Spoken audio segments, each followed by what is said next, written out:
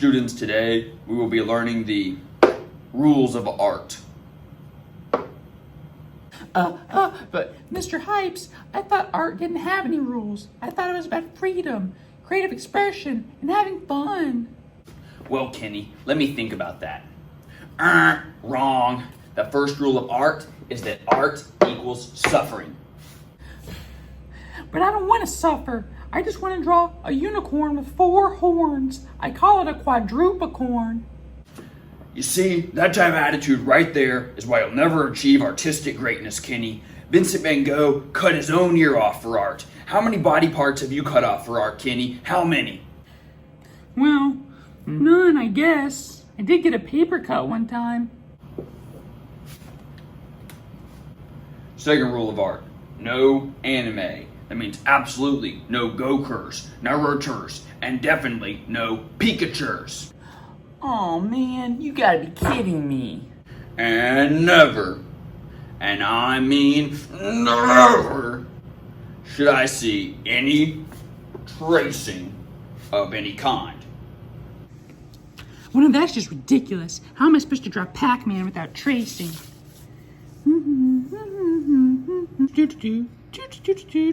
Ow, ow, what the heck? Ow, ow, ow, ow, I'm sorry. Let's try that again.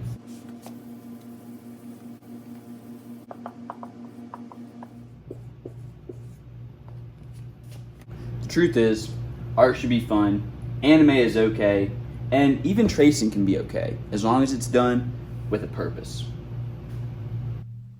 In this video, I will be doing some tracing.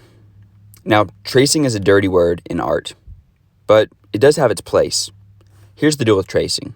If you want to get good at drawing, especially realistic drawing, you should not trace. You should develop your observational skills by practicing things like blind contour drawing to create realistic drawings that are natural, accurate, and stylish. When you trace a drawing, it will always come out looking kind of flat and boring, especially when compared to a drawing that is not traced. You can see the natural, looser, more stylish marks. That said, tracing can be useful in some artistic processes, such as transferring an image from one sheet of paper to another, or if you're going to trace a piece, maybe even modifying it a little bit, where the goal of the end result is not to create a realistic drawing, but to create something more stylized. And that's what we're going to do in this video. Our challenge is to create a self-portrait in the anime or manga style. I'll be doing this on a Chromebook, but you could absolutely do it on a phone or pad as well. Step 1. Take a selfie. Open up the camera app and decide if you would like to have your mask on or off in the photo. I took mine off for a second for the photo, but I did have to fix my hair. There we go. Make sure that your photo is taken straight on, right at eye level, with a little bit of your neck and shoulders showing. You could try out a few different expressions if you wanted to. Maybe grumpy, happy, or surprised. On a Chromebook, we will draw using the Sketchpad site. So go to Chrome and type in Sketchpad, and it will be the first result. The first thing we need to do is load our selfie into the drawing program. So go down to the blank folder that says Open, and then click Import. And your downloads with your most recent photos should pop up first, and you can choose your favorite. Before we do any drawing on this, let's get it centered by going to Zoom and zooming out, and then going back to the mouse tool and dragging that photo to the center of the canvas, and then centering it up on the page. Now we're ready to draw. Select the pen tool. The pen is my favorite drawing tool on this program because it has a size range. This range will create some line variation. I'm going to make the line a little bit thinner than its default by changing the top end of the range from 10 to around 5 or 7 pixels.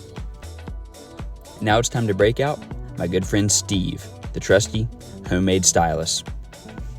I made this stylus in a previous video, but it's just a Q-tip wrapped in tinfoil and dipped in water. To use it on a trackpad, it's easiest to use one finger to press down and click, and then use the stylus to draw. As I trace the face, I'm not simply just going to trace it. I'm going to make some adjustments to make it more in the anime style. For example, I'm making sure that the jawline and the chin are very angular, with those symmetrical, sharp corners. When I switch from the outline of the face to the eyebrows, I'm going to make the line thicker, up to 10 pixels, because anime style eyebrows are usually thicker than the line used for the sides of the face. I'm also going to set these eyebrows higher than my actual eyebrows because I'm going to make the eyes overall bigger than mine are. A good tool to use to clean up your lines is the eraser. You can go down and you can select the eraser, and then you can use that to kind of shape up the eyebrows or any other funky lines on your face.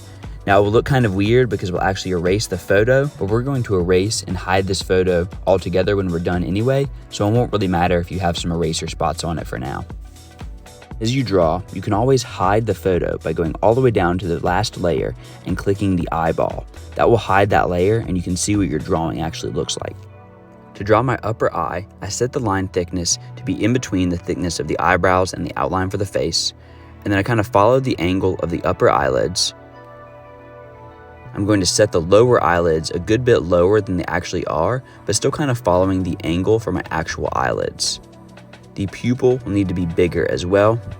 There are a lot of different styles that you could draw your eyes in, so you should look up some different anime or manga style eyes before you draw yours, because honestly, I'm not that great at them. But I will tell you that one good trick for the inside of the eye is to use the shape tool, and then drop in a circle. Make sure that circle is filled in with black. Then you can resize that circle to fit inside the eye.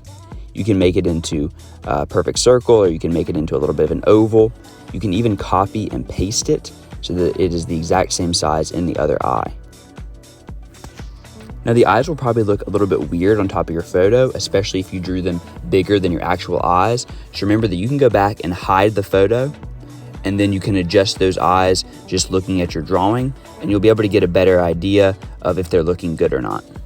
I'm going to add some thin lines on the sides of the eyes, and I'm actually going to delete these later, but I'm going to put them there to help with the vector fill on the final step. And for the nose, there's a bunch of different ways you could do it, but I'm just going to put some little dots where the nostrils go. Sounds easy, but it did take me a couple tries. There we go, that's the right dot. And remember that there are other ways you could do this. You could do a little line or triangle shape at the tip of the nose. You could draw a line for the bridge of the nose or the sides of the nostrils. You could put just the tiniest little mark. Whatever you do, try to be at least a little bit inspired by the shape of your actual nose. When I went to draw the mouth, I traced the line between my lips pretty much exactly. But then I remembered we're not tracing. We're tracing in the anime style. So I simplified it a little bit more and made it more angular. I kept that style in mind when I did the ears and hair too, making sure that I was exaggerating a little bit, being angular, but still being inspired by my actual hair. Now, coincidentally, I kind of do have anime-ish looking hair, so you may have to be a little bit more creative or thoughtful with how you do your hair. You do want it to kind of look like your hair, just made a little bit into the anime style. Now, when I traced the neck, instead of exaggerating the shape, I actually made it thinner. And especially if you're drawing yourself as a female character, you should make the neck maybe even a notch thinner than I did.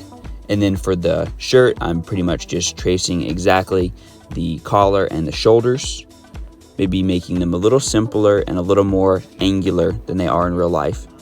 And then the drawing and tracing of this self-portrait is done. I'm going to go back up to the layers tab and hide that photo layer, which will be the very bottom layer labeled clip art. And then once you're looking at your drawing without the photo, you can make some final adjustments to make things look right. For example, I'm going to select and resize the eyes to make them just a little bit bigger and give them more of that anime look. I'm also going to make sure that all of the lines are connecting, because the color fill will not work if there's any gaps between these lines.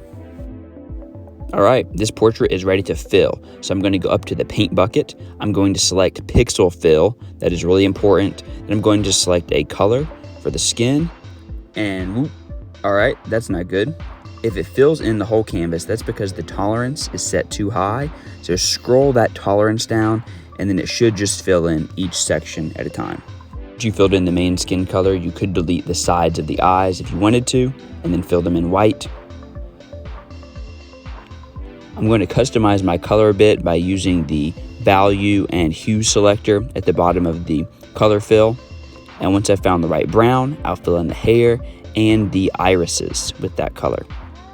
Purple and blue for the collar, black for the shirt, and a blue, green, and yellow gradient for the background. And this self-portrait's done. Kind of cool to see an anime version of myself. I wonder how many Pokemon I would have caught. Do not forget to save your art by hitting the export button and saving it as a JPEG or a PNG. And there you have a purposeful use of tracing to create an anime or manga style portrait. And I would like to give a huge shout out to Jordan, who tested this project out with me this week at school and ended up with an amazing result. This is her self-portrait right here. Notice those soft color blends and shadows. She absolutely killed it. I'm excited to see your anime or manga style portrait, so go take you a selfie and get to drawing. Bye now.